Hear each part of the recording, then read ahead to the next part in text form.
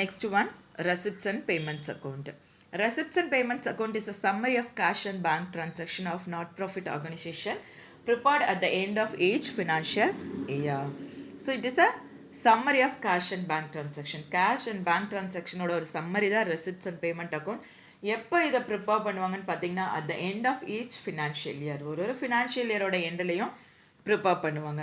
It is a real account in நேச்சராக இது ஒரு ரியல் அக்கௌண்ட்டோட ரூல் என்ன, debit what comes in, credit what goes out. So அந்த ரூலை தான் இந்த receipts and payments account prepare பண்ணுறதுக்கு ஃபாலோ பண்ணுவோம்.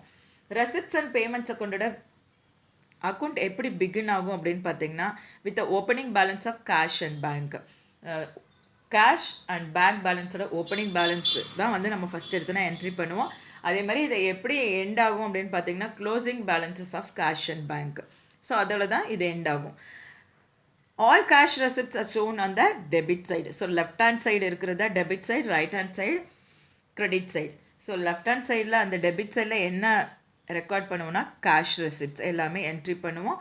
கிரெடிட் சைடு வந்து கேஷ் பேமெண்ட்ஸை என்ட்ரி பண்ணுவோம்.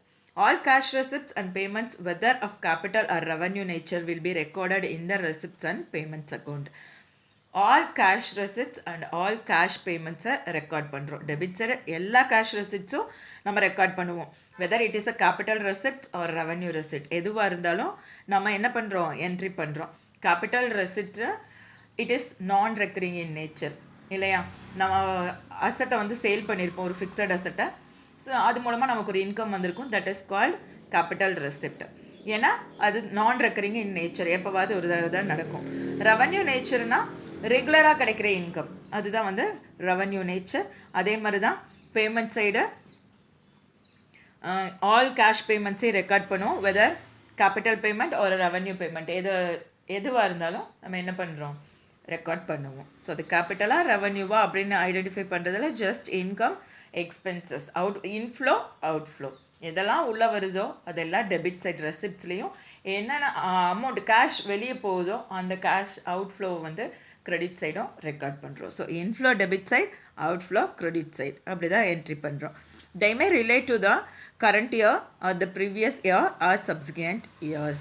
ஸோ இன்ஃப்ளோ ஆச்சுன்னா அந்த அமௌண்ட் வந்து போன வருஷத்தோட அமௌண்ட்டை நம்ம இந்த வருஷம் ரிசீவ் பண்ணியிருக்கலாம், இல்லை கரண்ட் இயரோட அமௌண்ட்டாக இருக்கலாம், இல்லை சப்சிக்வெண்ட் இயர்ஸ் அடுத்த வருஷத்துக்கு வர வேண்டிய அமௌண்ட்டாக இருக்கலாம். ஸோ என்னவா இருந்தாலும் நம்ம அதை இந்த வருஷம் ரிசீவ் பண்ணியிருந்தால் அதை என்ட்ரி பண்ணுவோம்.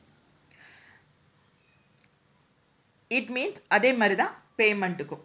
ஸோ நம்ம லாஸ்ட் இயர் பே பண்ண வேண்டியது இருந்திருக்கும், நெக்ஸ்ட் இயர் பே பண்ண வேண்டியது இருக்கும். ஆனால் கரண்ட் இயரில் நம்ம என்ன பே பண்ணியிருக்கோம், கேஷ் என்ன அவுட்ஃப்ளோ ஆகிருக்கு. ஸோ கேஷ் அவுட்ஃப்ளோ ஆனால் கிரெடிட் சைட், இன்ஃப்ளோ ஆனால் டெபிட் சைட். அது கரண்ட் இயர் தான், ப்ரீவியஸ் இயர் தான், சப்சிக்வெண்ட் இயர் தான், அது வந்து நமக்கு தேவையில்லை. It means that irrespective of the period for which the amount is received or paid, it is recorded if cash is received or paid during the year. What I explained only here, they gave non-cash items such as depreciation, outstanding expenses and accrued income are not shown in cash receipts and payments account. So that is important point ma. Non-cash item எதெல்லாம் மட்டும்தான் இங்கே வராது அப்படின்னு பார்த்தீங்கன்னா depreciation, outstanding expenses, accrued income. நமக்கு வர வேண்டிய income இனி வராமல் இருக்குது, அதேமாதிரி நம்ம கொடுக்க வேண்டியது கொடுக்காமல் இருக்கும், டெப்ரிசியேஷன். இந்த நான் கேஷ் ஐட்டம் எங்கே வராது, ரெசிப்ட்ஸ் அண்ட் பேமெண்ட்ஸ் அக்கௌண்ட்டில் வராது. ஸோ ரொம்ப ஈஸியான ஒரு சம் எதுன்னு பார்த்தீங்கன்னா ரெசிப்ட்ஸ் அண்ட் பேமெண்ட்ஸ் அக்கௌண்ட் தான். ஸோ இதில் இந்த 3 ஐட்டம் மட்டும் வராதுங்கிறத நல்லா ஞாபகம் வச்சுக்கோங்க. மற்றபடி கேஷ் உள்ளே வந்தால் டெபிட் சைட், வெளியே போனால் credit side. Steps preparation of receipts and payments account. Following are the steps involved in the preparation of receipts and payments account. So first step என்ன அப்படின்னு பார்த்தீங்கன்னா recording the opening balance of cash in hand and favorable bank balance on the debit side. So opening balanceம் favorable bank balanceம் debit side நம்ம record பண்ணுவோம். இதே over டிராஃப்டாக இருந்ததுன்னா, சம்மில் மென்ஷன் பண்ணியிருப்பாங்க பேங்க் ஓவர் டிராஃப்ட் அப்படின்னு இருந்ததுன்னா கிரெடிட் சைடில் நம்ம அதை ரெக்கார்ட் பண்ணுவோம். Next step cash receipts.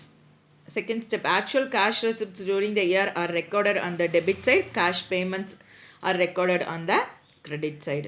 Then step 3, while recording cash receipts, no distinction needs to be made between revenue and capital items. Already I explained in the receipts and payments account introduction la paathutom.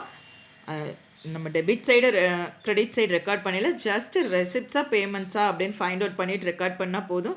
அது revenue நேச்சரா கேபிட்டல் நேச்சரா, revenue item or capital item அப்படிங்கிறது நமக்கு தேவையில்லை, அந்த distinction தேவையில்லை. அதே மாதிரி ப்ரீவியஸ் இயரோடதா கரண்ட் இயரா சப்சிக்வெண்ட் இயரோடதா, subsequent years means future period இதோடதா அப்படிங்கிற அந்த டிஸ்டிங்ஷனும் நமக்கு தேவையில்லை.